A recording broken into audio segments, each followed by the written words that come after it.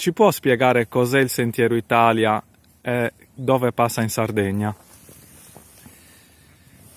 Io anzitutto lo chiamerei Sentiero Sardegna. Dobbiamo abituarci in Sardegna a vedere la sentieristica come una infrastruttura essenziale turistica, cioè serve alla fruizione umana a scopo turistico principalmente.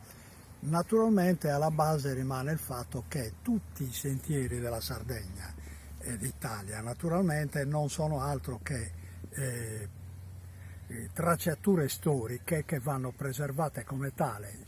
I sentieri in Sardegna, principalmente in Sardegna, sono sentieri storici e perciò fanno parte ormai dell'archeologia. Il Sentiero Italia-Sardegna è stato concepito come una spina dorsale, la madre o il padre dei sentieri che poi a rete si collegano fra di loro per tutta la Sardegna. Teniamo conto che in Sardegna abbiamo a dir poco 50.000 chilometri di sentieri.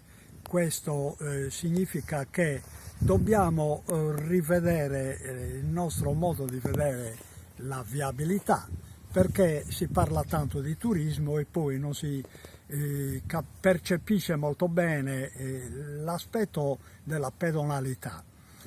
Ormai si usano le auto, al limite le biciclette, però non si tiene conto che molti sentieri vanno percorsi a piedi per fruire delle bellezze naturali. Si dice da un certo punto di vista, lo dice l'Istat almeno, che la Sardegna è la regione più forestata d'Italia, che ha più foreste naturali.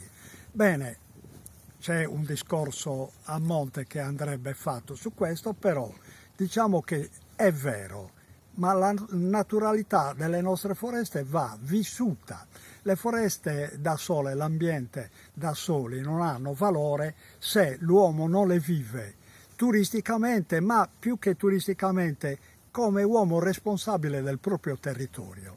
Ecco, il sentiero serve a questo, a salvare la memoria storica e, se vogliamo, almeno nelle intenzioni del Club Alpino Italiano, ci sono anche quelle di valorizzare l'economia locale.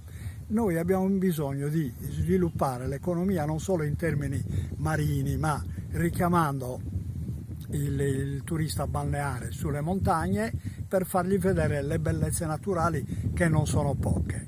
Pertanto il Sentiero Italia ha questo valore, è il padre dei sentieri della Sardegna che come tale serve come dire, a creare la sinfonia dei sentieri in Sardegna, che servono a dare una visione d'insieme delle bellezze del nostro territorio.